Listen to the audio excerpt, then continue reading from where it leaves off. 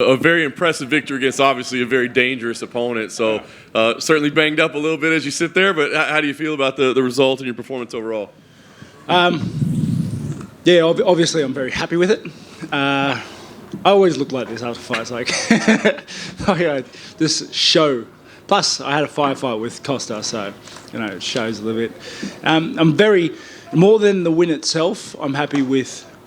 I don't know. I'm satisfied with what I wanted to achieve, and I achieved that. It looked like you had your rhythm very early on. The timing, everything was perfect. I mean, everything was going your way, right? And then one shot nearly changes everything. I guess how difficult is that moving forward, mentally to know that that guy has the power to change everything in a second, even as I'm doing everything perfectly? It was all right. I just brushed it off. We're in the fight game. There are. Sorry, I'm getting distracted. Loud out there. Yeah, we're in the fight game. There are moments, there are milliseconds that can change the outcome of the fight.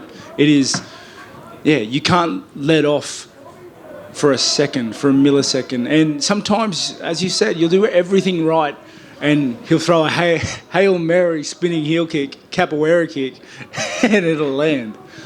But I did brush it off. I want to highlight that. Very nice.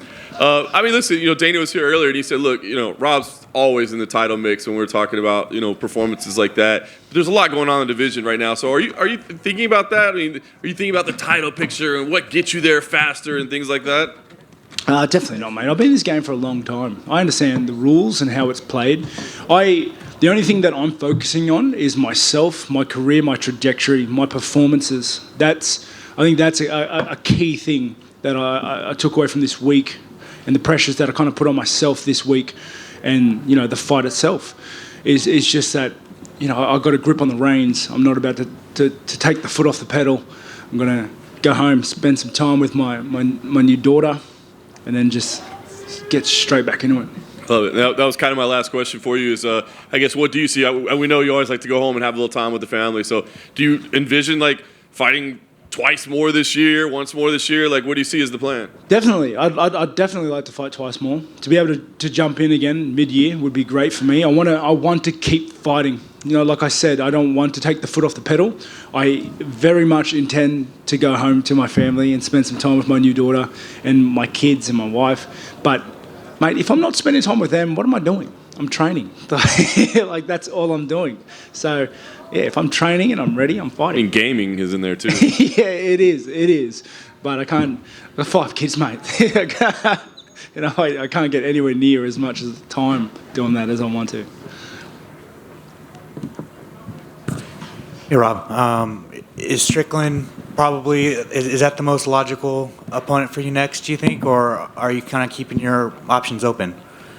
Options are definitely open. The middleweight division is funny. There's so much movement and fluidity in it and opportunity in it that any fight could be made at any time, anywhere. And honestly, UFC have always done right by me.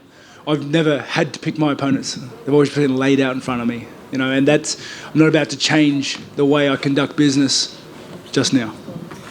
You get matched up with Sean. You said multiple times that, you come from the gaming world, and those are the most toxic people around. So I'm sure Sean's trash talk's not going to get to you, right? He's not that bad. He's not that bad. I don't know. He's kind of holistically angry at everybody. I don't think he singles anyone out unless you do something to him particularly. I find it. I feel like it would be hard for him to get a grip on something I've done, but there's trying. How long did it take you to recover from that spinning wheel kick in that first round? Mate, what kick? Don't know what you're talking about, mate.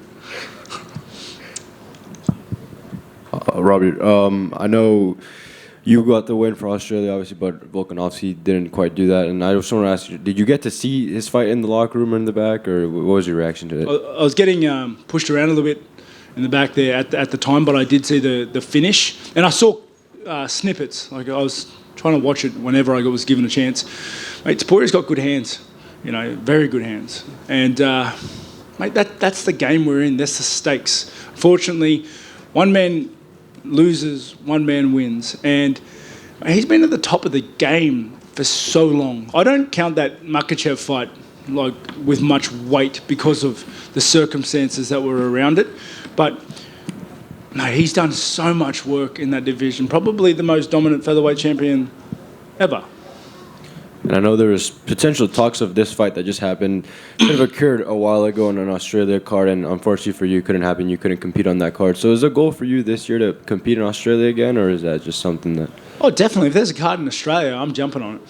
I've got a fight in now, so I don't know when it would be, but it would make sense for me to wait for it. Congratulations. Thank you.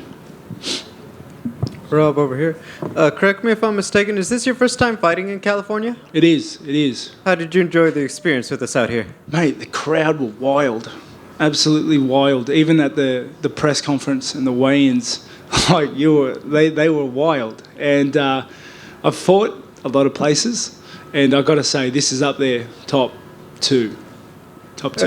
I think sometimes fans don't realize it. Is that extra boost of energy when you're out there in the cage, even though you're trying to focus on everything, when you hear such an excited crowd out there?